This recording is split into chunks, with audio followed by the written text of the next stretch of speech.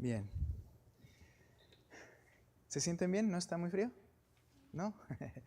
Después del calorón que hemos tenido, ¿verdad? Pero gracias a Dios, hermanos, poder estar nuevamente hoy aquí, esta noche que Dios ha puesto en nosotros el querer, el hacer. Nuevamente les invito, luchemos para que todo ruido quede fuera de nuestra mente, un ruido en el cual a veces estamos distraídos en nuestros pensamientos, y que el Señor nos ayude a poder prestar atención. Acompáñame por favor a Salmos capítulo 23. Le pido que vayamos ahí en este tiempo de los jueves. Estamos estudiando el libro de los Salmos, los tipos de salmos, más bien dicho, porque no vamos a ver como tal cada salmo, pero estamos hablando de algunos tipos de salmos. Hemos hablado acerca de los salmos de alabanza. Hemos hablado cómo en esos salmos de alabanza habla de manera particular o de manera general. Y dentro de los salmos de alabanza también estamos hablando de los salmos de confianza. Este salmo que estamos estudiando hoy, o bueno, ahora en esta ocasión y a lo largo de estos días, es el salmo, como dijimos, el más conocido en todo el mundo por creyentes y no creyentes, el Salmo 23. Y le invito a que vayamos por favor ahí al Salmo 23. Acompáñenme, hermanos.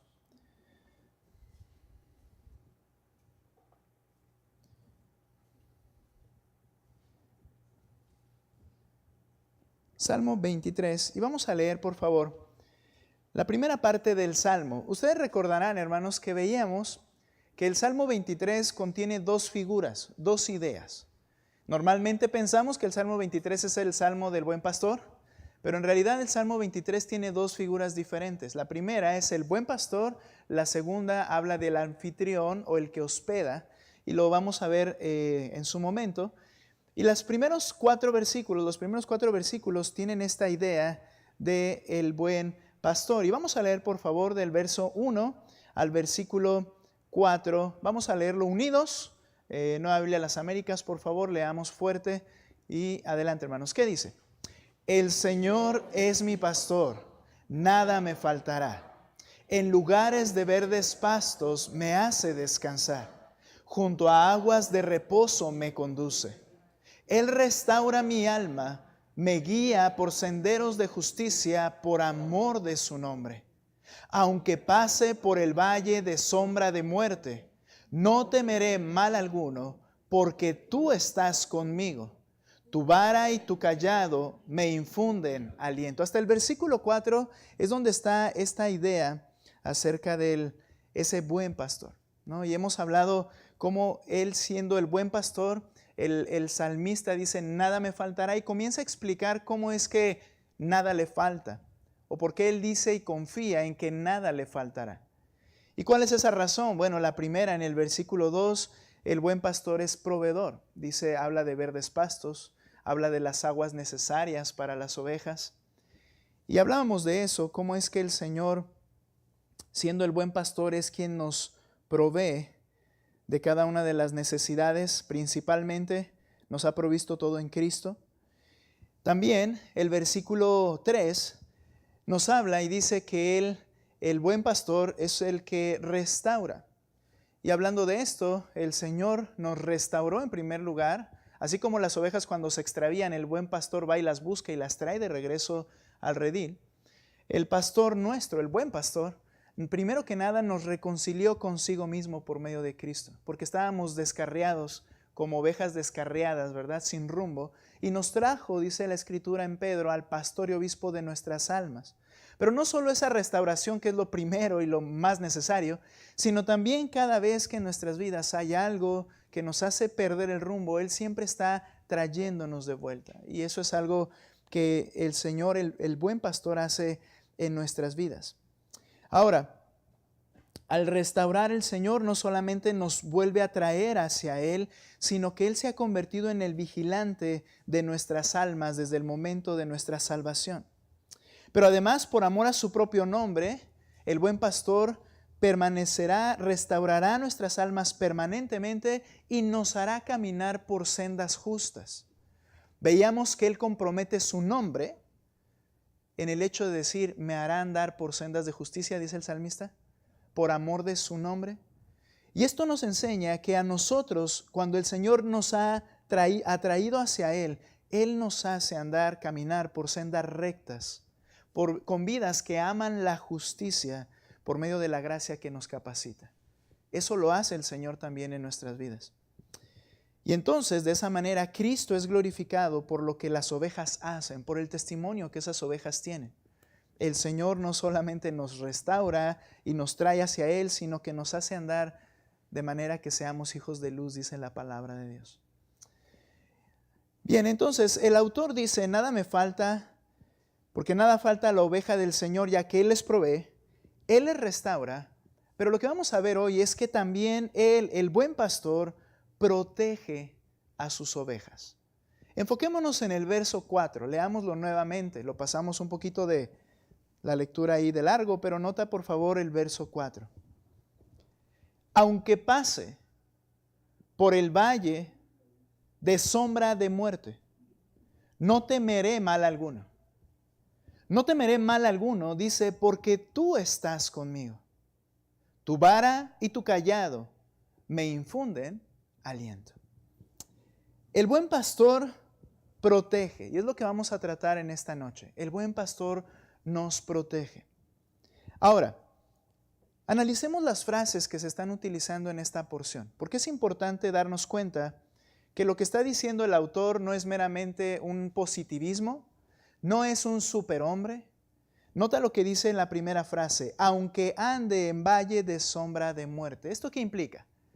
Él está dando por sentado, siendo quizás si el escritor es David, realmente como lo creemos, menciono esto no porque sea una mentira, sino porque recuerden que la idea de Salmo de David, algunos mencionan que era Salmo dedicado a, pero yo creo que David es el que lo escribió. Ahora, si él lo escribe, él fue un pastor desde pequeño.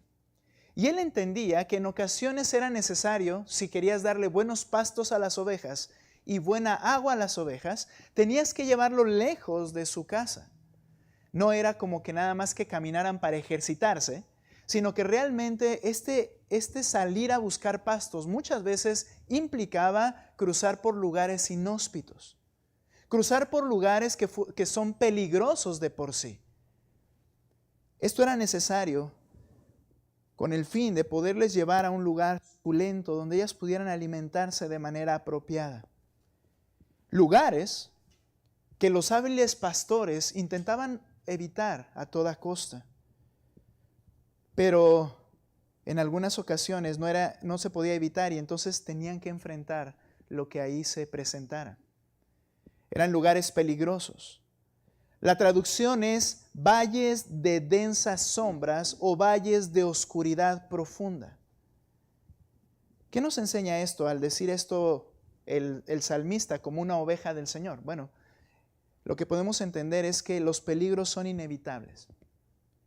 Para las ovejas los peligros eran inevitables si querían ir a comer pastos suculentos y aguas ricas en cierta temporada del año. Pero precisamente en esos lugares peligrosos era donde el amor del pastor por las ovejas y su habilidad se ponían de manifiesto a favor de ellas. Era allí donde podían haber animales escondidos e incluso ladrones. Y era ahí donde él exponía su vida en favor de las ovejas. Ir en lugares donde no hay peligro, comer fuera de casa, pues no requiere demasiado entrega. Pero era ahí donde se mostraba qué tanto ellos amaban a las ovejas. El Señor Jesucristo, utilizando este ejemplo, dice, los que no son los pastores ven venir al lobo y abandonan las ovejas. ¿Por qué? Porque no son pastores, no son los dueños de esas ovejas. Solamente les llama asalariados. Y por tanto no se van a arriesgar por ellas. Estos lugares entonces de densas sombras eran oportunidades también para ver el cuidado y atención de estos pastores por sus ovejas. Al decir esto el salmista y decir aunque, implica que no lo puedes evitar. Que en ocasiones no se puede evitar. ¿Qué no se puede evitar, hermanos? Dificultades. El salmista reconoce que las dificultades y el riesgo son inevitables. Son parte de la vida en este mundo caído. Si tú al venir a Cristo, tú tenías la idea de que al venir a Cristo es porque Él te va a dar una vida sin problemas, creo que de los que estamos aquí, nadie ha caído en ese engaño. Porque en realidad la Escritura jamás argumenta ni garantiza algo como eso. ¿Por qué? Por el simple hecho de que estamos en un mundo caído, que el pecado está alrededor nuestro y que hay pecado en nosotros mismos, por fuerza hay aflicciones. Por fuerza hay peligros. Entonces el salmista reconoce esto. Es inevitable porque vivimos en un mundo caído. Y él intencionalmente contrasta lo que dijo versos anteriores al decir, me lleva a suculentos pastos donde descanso, habla de paz. Me lleva a aguas reposadas donde no hay riesgos y puedo tomar y gozarme de estar bebiendo. Y lo contrasta con un valle sombrío, peligroso y atemorizante. Y ambas cosas, en ambas áreas, el pastor está al cuidado de esas ovejas. Ese gozo y descanso de la provisión de Dios se entremezclan, con momentos de dificultad, momentos oscuros en la vida. ¿Te ha pasado que a veces decimos, o cuando están las cosas pues marchando de alguna manera, no con tantos problemas, pero estamos en el Señor? ¿Qué significa eso, hermano? Es que vino el COVID, pero estamos en Cristo. ¿Qué significa eso, hermano? ¿Significa que no te vas a enfermar? Hay hermanos nuestros que partieron a la presencia del Señor. ¿No estaba el Señor? Lo que sucede, hermanos, y es a lo que yo voy con esta explicación y lo que queremos ver en el Salmo 23, es que si entendemos que las bendiciones son palpables porque en Cristo recibimos toda bendición, gozo y paz, las aflicciones son palpables porque estamos en este mundo, ambas conviven en nuestra vida. Y a veces, hermanos, hay que tener cuidado con un optimismo o un positivismo engañoso. Como que al decir eso parece que estoy llamando a que todo vaya bien, porque si digo que puede ser que algo venga, cruz, que se vaya el diablo y que venga Jesús. Parece ese tipo de vida supersticiosa. Así es como nos expresamos. ¿Y qué es lo que pasa? Que cuando viene el riesgo, cuando viene el problema, cuando viene el peligro por causa del mundo en el que vivimos y el pecado que hay en nosotros y alrededor nuestro, y de Satanás que es nuestro enemigo, y viene y entonces nos sorprendemos y dice Pedro, no te sorprendas, como si no supieras que esto es necesario y que esto es parte de la vida mientras estás de este lado del cielo. Tenemos grandes ejemplos en el Antiguo Testamento, como Job, que en el caso de él el ataque fue directamente obra ¿de quién? ¿De quién fue obra ese ataque? Satanás. Es decir, directamente Satanás fue el que dijo, déjamelo en mis manos. Y tenemos el ejemplo de Job, ¿no? En este mundo, cómo vino sufrimiento cuando él menos se lo esperaba. De hecho, hay un texto en el que Job dice, yo había hecho todo de manera justa delante del Señor y lo que me temía y dije, no me va a pasar, dice, eso precisamente me ocurrió, sus hijos murieron. Su esposa se convirtió en una mujer que fue una carga más que una bendición. Sus riquezas se perdieron en un instante. Su salud, su carne comenzó a ennegrecerse en él, muestra de la enfermedad que él tenía. Todo lo que él temía, dice, me vino. Te pregunto algo, hermano. ¿Qué temes? ¿Qué es aquello que dijeras que eso no me pasara? ¿Sí entiendes que no estás exento a que sucediese si Dios quiere? ¿O no te gusta esa idea? Digo, no nos gusta, pero no hay una garantía de que eso no pueda pasar en el mundo caído. ¿O qué piensas de Jeremías, que por sus propios compatriotas, lo veremos más adelante, fue atacado constantemente por más de 40 años? Y de hecho hay un texto que leeremos al rato que dice, yo quería como que ya no voy a predicar en tu nombre porque solamente sufro, pero no puedo. tengo que seguirlo haciendo. Pero aunque vemos ejemplos como esos, hermanos, el cuadro de la fe, de los héroes de la fe en Hebreos 11, que normalmente, son héroes, son personas que tuvieron fe y les fue bien. Bueno, en ese cuadro de los héroes de la fe en Hebreos 11, nos muestra que incluso la fe del creyente no menguó, pero su fe no evitó el sufrimiento, sino que más bien las pruebas que vinieron a su vida hicieron que su fe fuera más evidente en esas dificultades. Ve conmigo a Hebreos capítulo 11, versículo 35, por favor.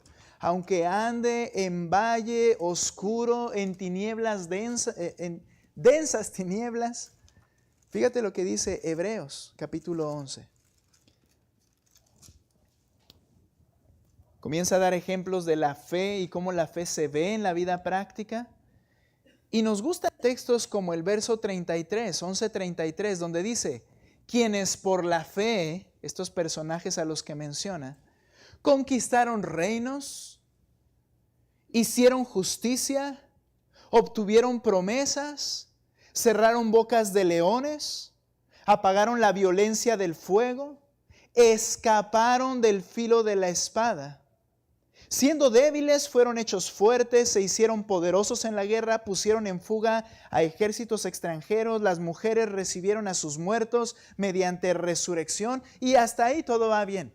Sí, que mi fe pueda lograr grandes cosas para el Señor, pero para otros las grandes cosas que manifestaron sus vidas y las cuales impactaron este mundo por su fe no fueron cosas agradables. Nota lo que sigue. Otros fueron torturados, no aceptando su liberación a fin de obtener una mejor resurrección. ¿Qué es esto? Los torturaron para que negaran a Jehová y ellos prefirieron seguir siendo torturados a negar al Señor. Y así murieron y son héroes de la fe. 36. Otros experimentaron insultos y azotes y hasta cadenas y prisiones. Fueron apedreados, aserrados, cortados con sierra. Y no una sierra a revoluciones altas, que podríamos decir tan rápido que penetró y se acabó, ¿no? Aserrados como aserraban los árboles en aquel tiempo. Literalmente un hasta que los partían. Y son héroes de la fe. Si fueran dos equipos, te gustaría estar en el equipo primero, ¿no? Que en el segundo. Nos gustaría. Tentados, muertos a espada. Fíjate que arriba unos se libraron de la espada por su fe, pero aquí otros murieron por espada, por su fe. Anduvieron de aquí para allá cubiertos con pieles de ovejas y de cabras, destituidos, afligidos, maltratados, y nota ahí la palabra afligidos. Soy cristiano, no pasa nada, está pasando toda esta situación, pero yo estoy bien contento. No, dice que estaban afligidos, pero eran héroes de la fe. De los cuales, mira qué frase tan digna, tan honrosa para ellos, de los cuales el mundo no era digno. Es decir, estos no pertenecían a este mundo y el mundo los menospreció, pero eran los apreciados por Dios. Errantes por desiertos, montañas, por cuevas, por cavernas de la tierra. Y todos estos, habiendo obtenido aprobación por su fe, es decir, su fe mostró que realmente eran creyentes, su justicia por medio de la fe, dice, no recibieron la promesa porque Dios había provisto algo mejor para nosotros. Y habla acerca de la obtención de la salvación en Cristo. Ellos no conocieron a Cristo en ese sentido, pero creyeron en el Señor y por la obra de Cristo ellos también son salvos como nosotros. Ahora, ¿cuál es el punto aquí? Nota cómo en medio de la fe ellos no evitaron las dificultades. Jesús advirtió, por ejemplo, a Pedro que pasaría por un valle de densa oscuridad, utilizando la frase del Salmo 23. En la prueba que se avecinaba antes de que él muriera en la cruz. Y le dice en Lucas 22, Simón, Simón, mira, Satanás los ha reclamado a ustedes para zarandearlos como a trigo. ¿Y recuerdas o has escuchado cómo se zarandea el trigo? Cómo meten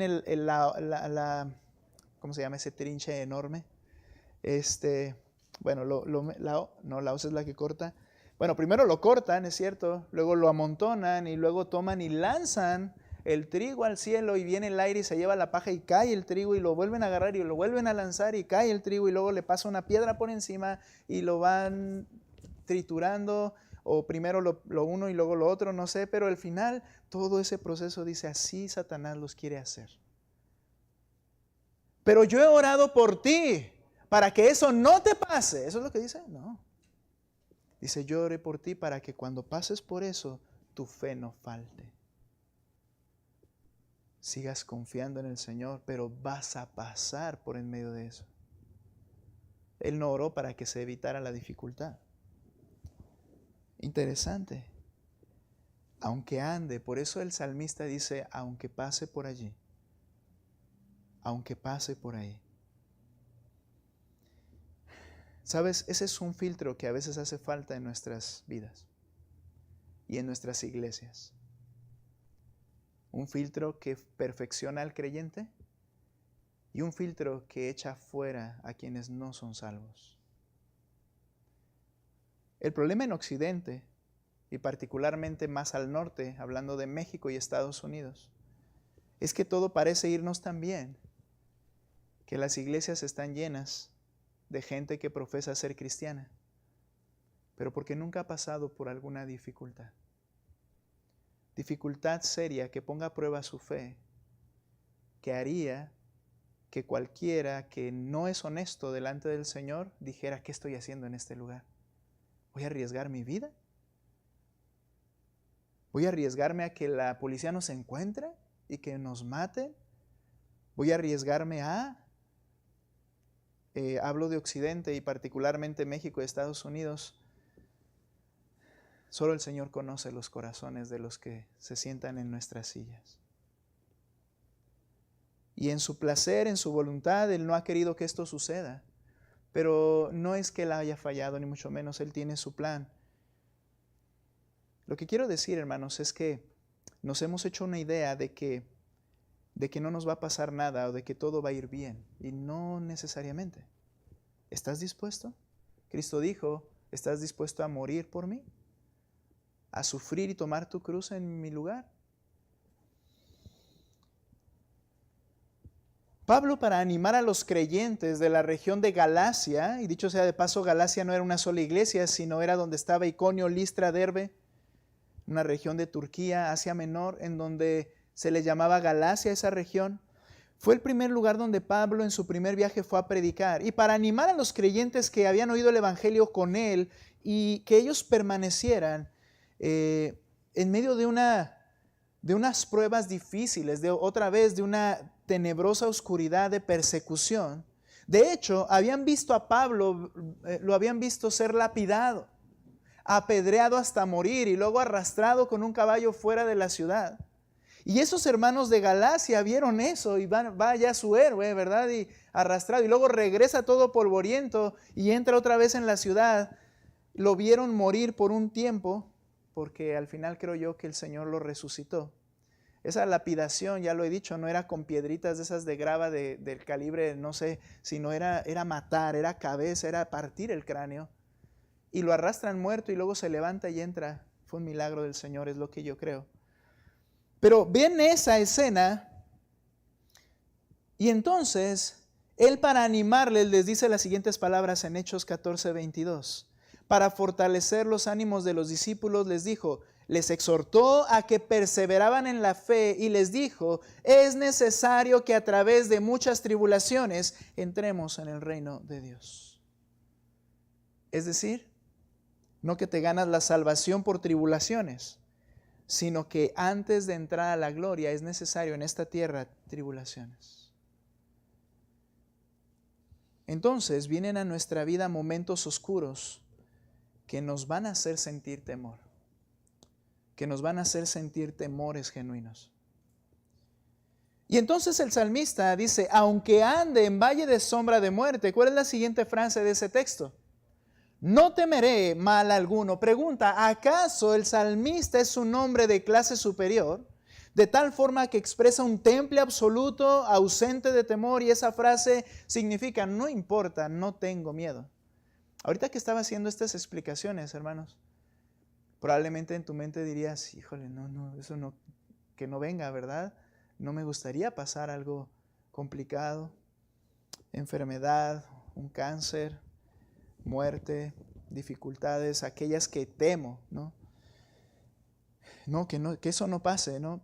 Y vemos esto y vemos al salmista decir, no temeré mal alguno. ¡Wow! Este hombre, no hombre, ¿de dónde saca ese poder y valor? ¿Acaso es que es un hombre superior? Tengo una pregunta. ¿Temer los valles oscuros es pecado? ¿Temer los valles oscuros es pecado? Lo que no estoy diciendo, hermanos, es que hay que pasar y todos bien, nadie con miedo ni nada. No, lo que vamos a aprender es esto. Podemos ver y afirmar cómo Cristo es la respuesta. Y en Lucas 22:44 nos dice lo siguiente. Y estando en agonía, ¿qué significa eso? Una guerra entre la vida y la muerte en su alma. Él estaba afligido hasta lo más profundo de su ser. Él tenía miedo. Él tenía un temor genuino de lo que iba a pasar, profundo y arraigado en su corazón. Y dice el escritor Lucas, cuando estaba en agonía oraba con mucho fervor. Imagínate su oración. Y su sudor se volvió como gruesas gotas de sangre que caían sobre la tierra. Y aquí esto puede ser un lenguaje figurado, a decir sudaba y se veía que sufría, o puede ser la hematridosis, que implicaba una ruptura de los vasos sanguíneos de la piel provocada por una presión tan intensa que hace que realmente el sudor se mezcle con la sangre que esas pequeñas venas dejan salir. Pero lo que está diciendo el escritor no merma. Él estaba con un temor profundo. Y si tú y yo creemos que Cristo jamás pecó, entonces el hecho de temer no es en sí un pecado. Cuando dice el salmista, no temeré mal alguno, lo vamos a ver enseguida, no es que yo no tengo miedos. No, no es lo que está diciendo. Cristo tenía temor, porque el temor es una muestra de fragilidad y vulnerabilidad, y Él estaba en fragilidad y vulnerabilidad voluntariamente, pero no pecó. El temor y la fe se entremezclaron en la humanidad de Cristo al decirle en esa misma noche y en esa misma oración, Padre, si es tu voluntad, aparta de mí esta copa. No quiero que esto pasara en su temor. Y luego dice, pero no se haga mi voluntad, sino la tuya. Y puedes ver a un hombre de fe. ¿Qué más puedes decir de Cristo? Un hombre de fe con temor y mezclada esa situación en un momento en su vida. Tenemos que ser sensibles, hermanos. Porque alguien está pasando por una dificultad y tú no la estás pasando. Y lo ves llorar y lo ves afligirse y, ya, hermano, ya, no. O sea, si eso es genuino en su corazón, es algo en lo que le tienes que ayudar porque no está pecando al momento de sentir temor. Más bien tienes que sentir su dolor y ayudarle. Dice la Escritura, llora con los que lloran. La confianza entonces no es ausencia de temor a lo desconocido. Todos tenemos temor a lo desconocido. Pero la confianza en Dios implica el deseo y la decisión, la voluntad de pasar por lo desconocido, pero en dependencia de Dios. No sé cómo va a ser y tengo miedo, Señor, pero si es necesario que pase adelante. Y no has dejado de confiar en Él.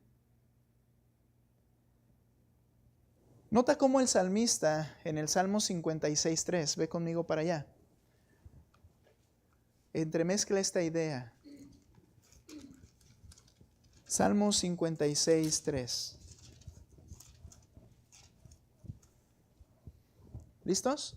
Mira, lo tienes, dice, el día que temo. No dice, yo no temo porque en ti confío. Dice, el día en que temo yo en ti. Es decir, cuando tengo temor, me dejo caer en tus manos porque no puedo hacer otra cosa.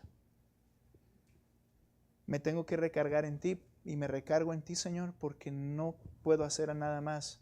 En el día que temo, en ti pongo mi camino. En ti confío, en ti encomiendo esta situación. En el día en que temo, yo en ti confío. Entonces, no es una ausencia de miedo. Aunque ande en valle de sombra de muerte, no temeré mal alguno, porque tú estás conmigo. Aquí es donde está la razón del por qué dice él, no temeré mal alguno, porque tú estás conmigo. Este es el punto. El antídoto al temor a lo desconocido, los peligros, las aflicciones, el valle sombrío de oscuridad. La respuesta y el antídoto es la presencia del Señor. Esta frase, porque tú estás conmigo, es una declaración de verdadera confianza, pero esta frase está forjada. Esta frase se ha llegado a ese punto porque está forjada en la experiencia del salmista. No es una declaración teórica o con tinte, como dije, de superstición. Vamos a ver el contraste entre ser optimista, igual supersticioso, a genuina confianza. Tú estás conmigo. No, Señor, no pasa nada porque tú estás conmigo, tú estás conmigo. No, eso no es. Esta frase, aunque ande en valle de sombra de muerte, no temeré porque tú estás conmigo, solo se puede decir en base a la experiencia que ha tenido esa persona para decir, yo he visto lo que has hecho cuando llegue ese momento. En ese momento tú estás conmigo, por eso en ese momento el miedo que tengo se va a ir, porque voy a ver tu presencia actuando. Contrastemos esta idea positivista, optimista, supersticiosa, con la confianza genuina. Vamos a ver el ejemplo de Jeremías. Ve conmigo a Jeremías capítulo 20, por favor. Espero que podamos terminar el tema sin correr y que sea comprensible. Pero nota, por favor, Jeremías capítulo 20, y voy a leer verso 1. Nota lo que estaba pasando en la vida de Jeremías, ¿ok? Jeremías anuncia el juicio que estaba por llegar. Y entonces fue azotado y es apresado. Nota, cuando el sacerdote Pasur, hijo de Immer, que era el oficial principal en la casa del Señor, oyó a Jeremías profetizar estas cosas, el mal que vendría, hizo azotar al profeta Jeremías. Aunque Hebreos 11 no habló del profeta Jeremías por nombre, recuerdas que dice unos fueron azotados, encarcelados, quitada su libertad. Y entonces aquí está Jeremías, es lo que sucedió. Fue azotado el profeta Jeremías, lo puso en el cepo que estaba en la parte superior de la puerta de Benjamín, la cual conducía a la casa del Señor. Al día siguiente, cuando Pasur soltó a Jeremías del cepo, Jeremías le dijo, ¿no es Pasur el nombre con que el Señor te llama? No es Pasur el nombre con el que el Señor te llama ahora, sino Magor Masá Viv. Y esto significa, si tú ves ahí en tu Biblia tiene una referencia, significa terror por todas partes. Es decir, lo que te profeticé va a suceder, le dice a Pasur. Ahora, sigo leyendo allí, dice, porque así dice el Señor, te voy a convertir en terror para ti mismo y para todos tus amigos.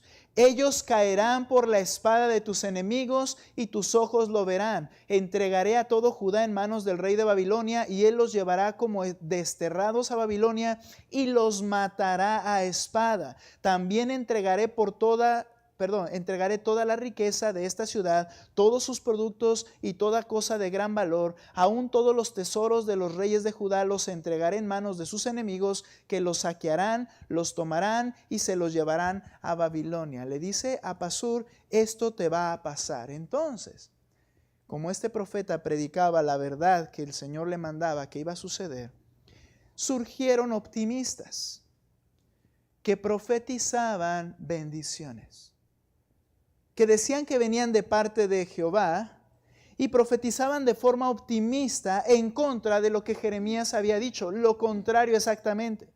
Mira Jeremías capítulo 6, verso 12 como un ejemplo de estos opositores a Jeremías.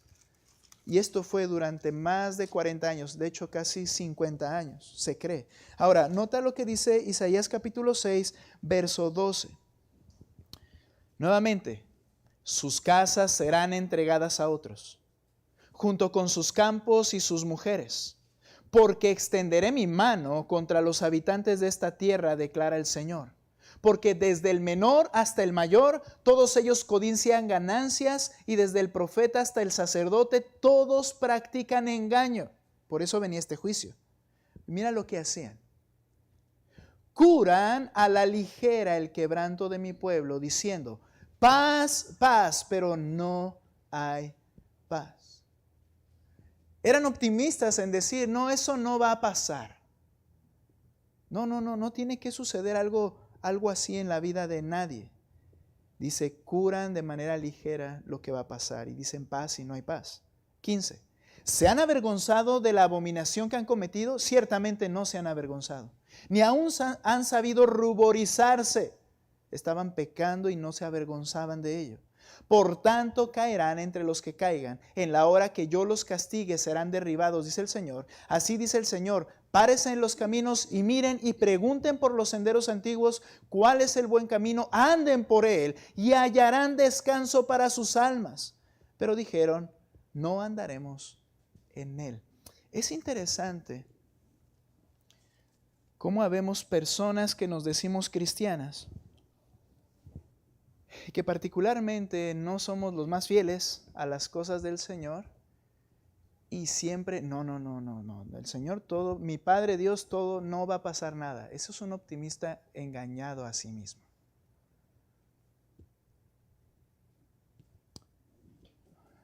No, ya todo pasó, mi pecado que cometí ya sucedió, ya no va a suceder absolutamente nada más. ¿Por qué? ¿Y si el Señor quiere que haya consecuencias de tu pecado? ¿Sabes que ha habido creyentes que se entregaron al Señor de manera honesta, obviamente, entregados a Él, y que murieron de cirrosis unos pocos años después porque eran unos alcohólicos en su pecado? ¿Y qué les dirías tú? ¿O qué les diría yo? No, ahora que eres creyente, el Señor ya no va a permitir, y permitió. El punto es, ten cuidado con ese optimismo de que todo está bien, de que no va a pasar nada, de que... Y aún no hay santidad en nuestras vidas, pero aún así yo sigo pensando optimistamente. Y de hecho, si nos damos cuenta, cuando lees Isaías, llamaban a Isaías y a Jeremías conspiradores. Decían que ellos estaban anunciando eso porque estaban coludidos con los enemigos y querían asustarlos y amedrentarlos. Y no era amedrentar, era Dios. Alguien me dijo en estos días, lo que usted quiere es controlar a la gente y que haga su voluntad. Conspiración, no se trata de eso. Al final sucedió lo que Dios dijo. Y sí, no es que yo controle la vida de nadie, es que Dios quiere controlar tu vida y Él es digno de hacerlo.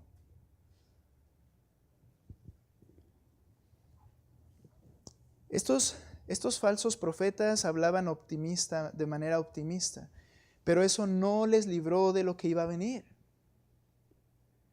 Entonces ese no temeré mal alguno porque tú estás conmigo no es un acto optimista. En el otro caso, Jeremías, experimentando la presencia del Señor, como dice el salmista, porque tú estás conmigo, la experimentó en medio de las aflicciones. Nota Jeremías 20. Hermanos, ¿podríamos por favor subir un poco creo que ya está frío y comienzo a ver algunos estremecerse?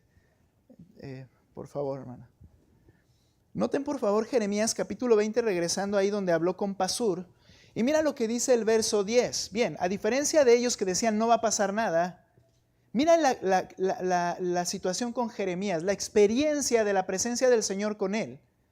Verso 10. Porque he oído la murmuración de muchos. ¿Qué oía Jeremías? Terror por todas partes. Denúncienlo.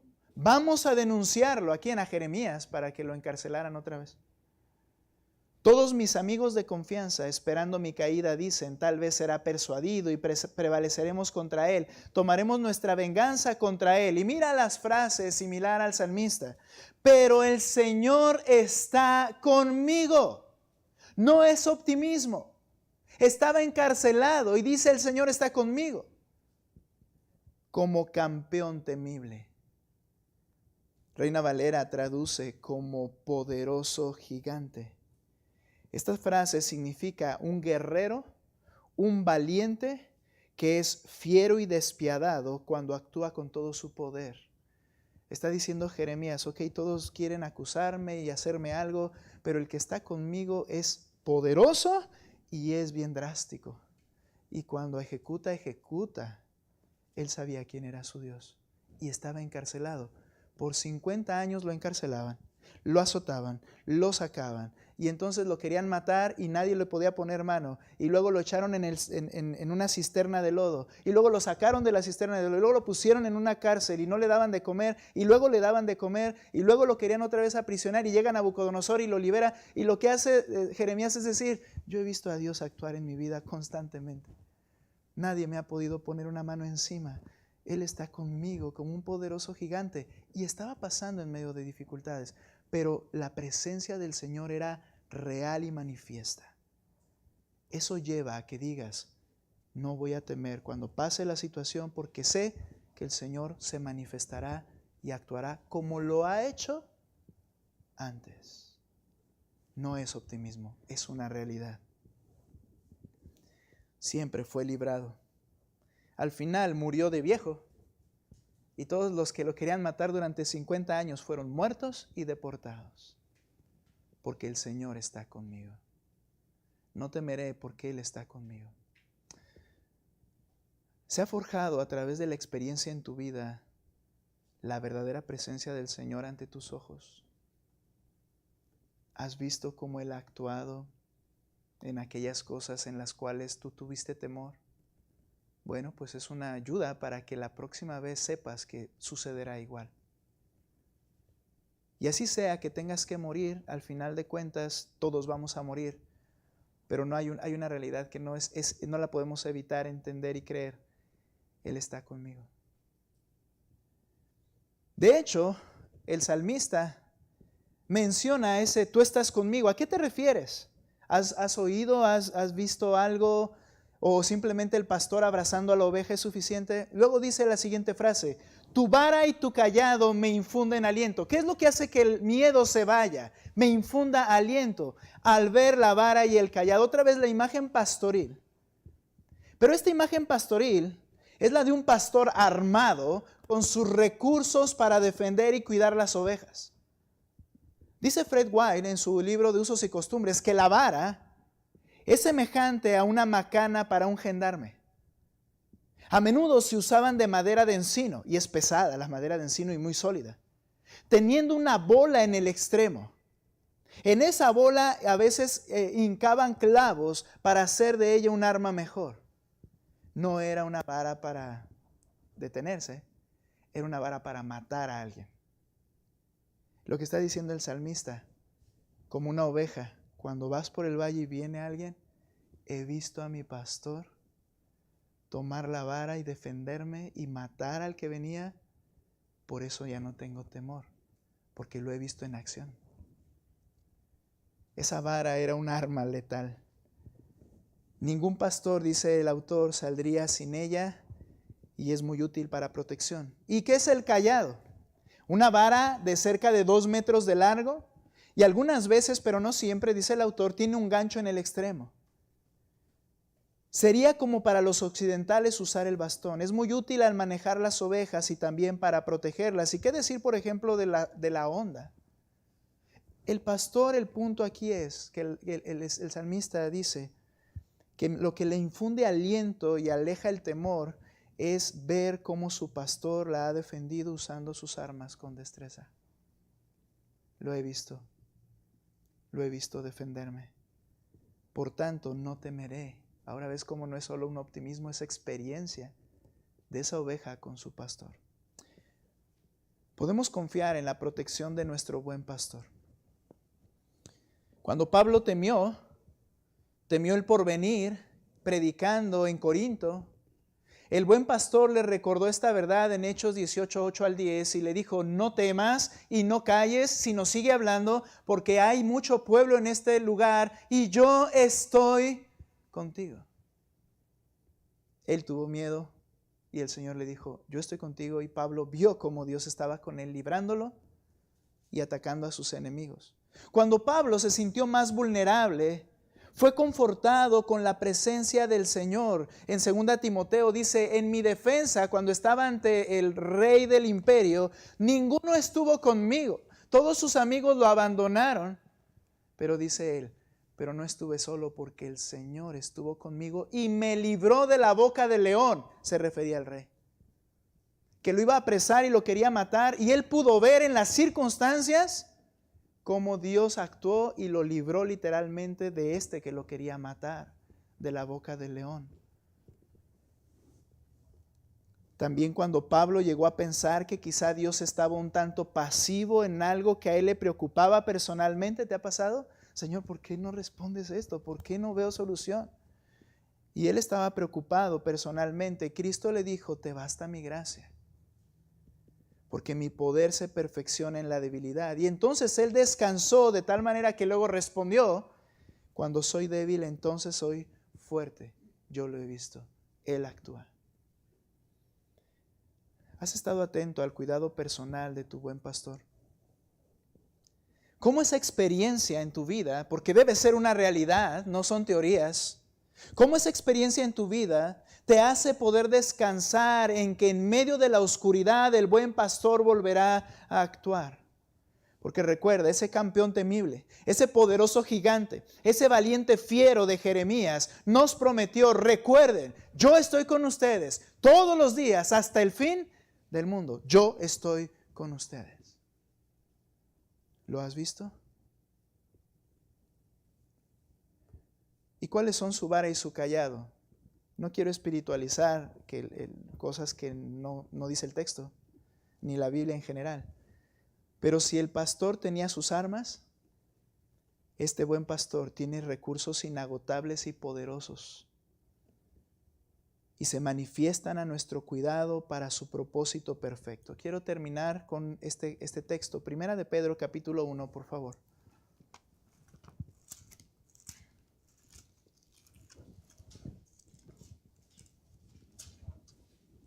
Verso 3. Bendito sea el Dios y Padre de nuestro Señor Jesucristo. Nota, que según su gran misericordia con nosotros, nos ha hecho nacer de nuevo a una esperanza viva, la salvación, mediante la resurrección de Jesucristo de entre los muertos. ¿Qué nos trajo esta resurrección de Cristo? Para obtener una herencia incorruptible, inmaculada y que no se marchitará, reservada en los cielos para ustedes. ¿Cómo alcanzamos esa bendición? Mediante la fe, ustedes son protegidos por el poder, el dinamis de Dios, la capacidad de hacer cualquier cosa. Dice, cuando tú viniste a la fe en Cristo, el poder de Dios te protege. No hay un momento en que el poder de Dios no esté activo a nuestro favor. No lo hay. Protegidos por el poder de Dios para la salvación que está preparada para ser revelada en el último tiempo, en lo cual esa salvación que un día recibiremos y alcanzaremos, y que hermanos nuestros ya han entrado en ello, dice, en lo cual ustedes se regocijan grandemente, aunque ahora, por un poco de tiempo, si es necesario, sean afligidos con diversas pruebas.